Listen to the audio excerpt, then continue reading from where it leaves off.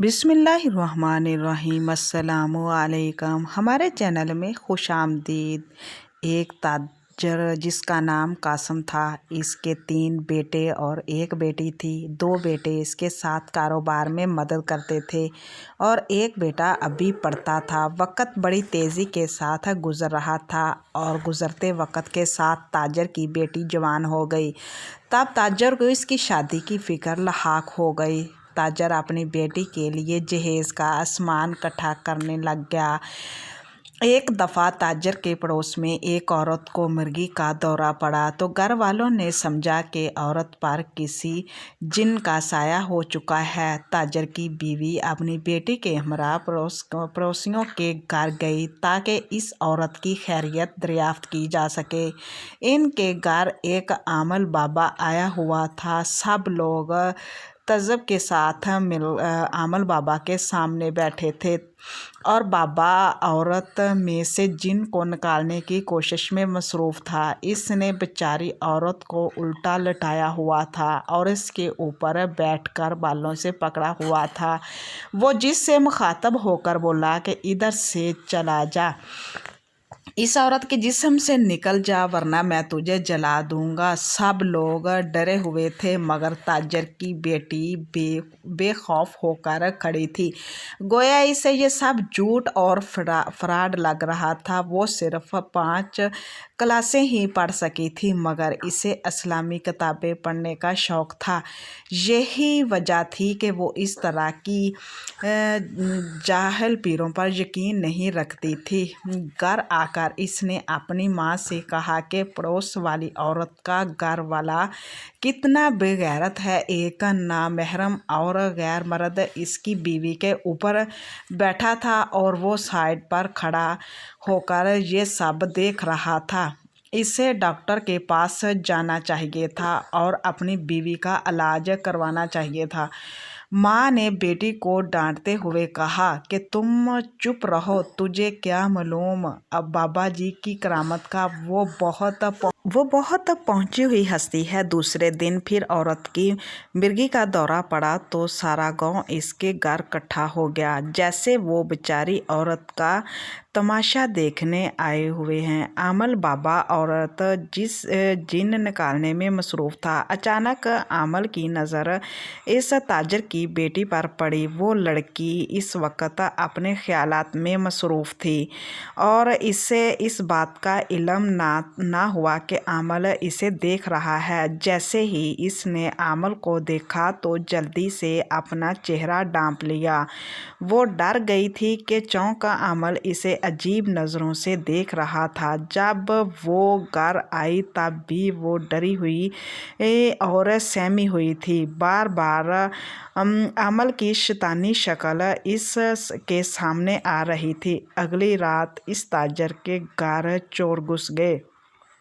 سب گھر والے اس وقت سوئے ہوئے تھے مگر لڑکی جاگ رہی تھی۔ اس نے دیکھا کہ 3 لوگ گھر کی دیوار پھلانگ کر کمرے میں داخل ہو گئے ہیں۔ سب گھر والے صحن میں سوئے ہوئے تھے۔ وہ بہت ڈر گئی۔ اس نے اپنی امی سے کہا کہ ہمارے گھر میں چور داخل ہو چکے ہیں۔ تاجر کی بیوی نے تاجر کو جگایا۔ چوروں نے جیسے ہی تاجر کی آواز سنی تو بھاگ کھڑے ہوئے۔ پورا گاؤں تاجر کے گھر جمع ہو گیا اور پوچھنے لگے کہ کون تھا اور کتنے آدمی تھے۔ تاجر نے کہا 3 آدمی تھے مگر میں ان کو پہچان نہ سکا کیونکہ انہوں نے اپنے چہرے کو نقاب سے ڈھانپا ہوا تھا۔ اچانک تاجر کی بیوی چلاتی ہوئی تاجر کے پاس آئی۔ ہم لٹ گئے، برباد ہو گئے۔ تاجر نے پوچھا کہ کیا ہوا ہے، کیوں اتنا